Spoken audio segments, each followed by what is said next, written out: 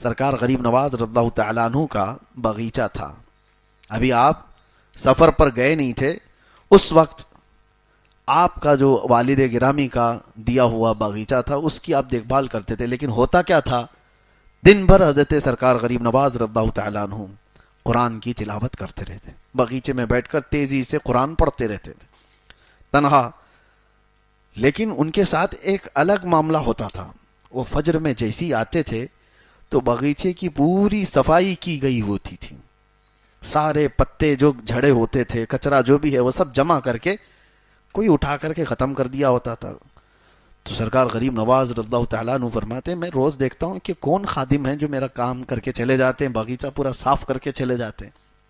دیکھا, آس پاس والوں سے پوچھا تو کوئی آتا نہیں ہے, لیکن باغیچہ صبح بالکل صاف رہتا ہے, پورا کچرا جھاڑا ہوا ہوتا ہے.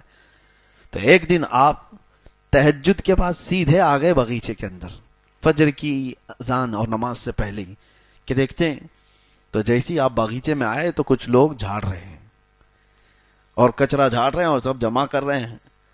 تو سرکار غریب نواز پہچان لیے کہ کچھ لوگ ہیں ابھی میرے باغیچے کے اندر. تو آپ نے زور سے آواز دی کہ کون لوگ ہیں جو میری اجازت کے بغیر اندر آئے. تو کچھ لوگ چلتے ہوئے جھاڑو چھوڑ کر کے آئے. وہ انسان نہیں, وہ جنات کی جماعت تھی, وہ جنات کی جماعت تھی. قریب آ گئے اور کہا سرکار غریب نواز رضی اللہ تعالیٰ عنہ سے ہم ہیں جو یہ صاف کر رہے ہیں. تو آپ نے پوچھا کہ میرے باغیچے کی یہ خدمت کس لیے کرتے ہو؟ توجہ, جس کے لیے میں نے بتایا. جنات یہ کہتے ہیں کہ سرکار آپ روزانہ قرآن کی تلاوت کرتے ہیں جو بیٹھ کر کے یہاں پر, ہم سن سن کر کے اپنی تجوید درست کرتے ہیں. ہم کو قرآن پڑھنا آ گیا آپ کے بلند آواز سے, قرآن پڑھنے کی وجہ سے. تو آپ ہمارے استاد ہوئے تو استاد کے گھر کا یا باغیچے کا کچرا تو صاف کرنا یہ شاگرد کی شان ہے.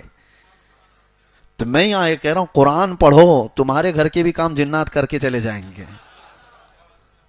قرآن پڑھو. اور کچھ لوگ تو موکل حاضر کرنے کے لیے پتہ نہیں چلے کر رہے ہیں, اور چلے کر رہے ہیں, ایک دن ان کا سر گھوم گیا تو پھر زندگی بھر گھوم جائے گا. کوئی جن اٹھا کے پٹک کے چلا گیا. آپ یہ مت سمجھو کہ جنات ہمارے سے زیادہ طاقتور ہیں. کچھ لوگوں کے دماغ میں یہ بات چلتی رہتی ہے جنات حاصل کرنا ہے, اور کسی بابا نے کہہ دیا کہ میرے پاس 70 موکل ہیں تو اس کے پاس بھیڑ لگ گئی. موکل کا مطلب وہی جنات حاضر ہے. تو لوگوں کو ایسا لگتا ہے کہ یہ کبھی بھی حکم دے دے گا تو جنات جائیں گے, پورا ایکسس بینک اٹھا کر کے لے کے آ جائیں گے. ہاں, کوئی بینک کو پورا تالا توڑ کے لے کے آ جائیں گے. اگر ایسی ہوتا تو کوئی بینک ہی موجود نہیں ہوتی. سارے بابا لوگ جنات کو حکم دے کر سب تجوریاں اٹھا رہے ہوتے ہیں.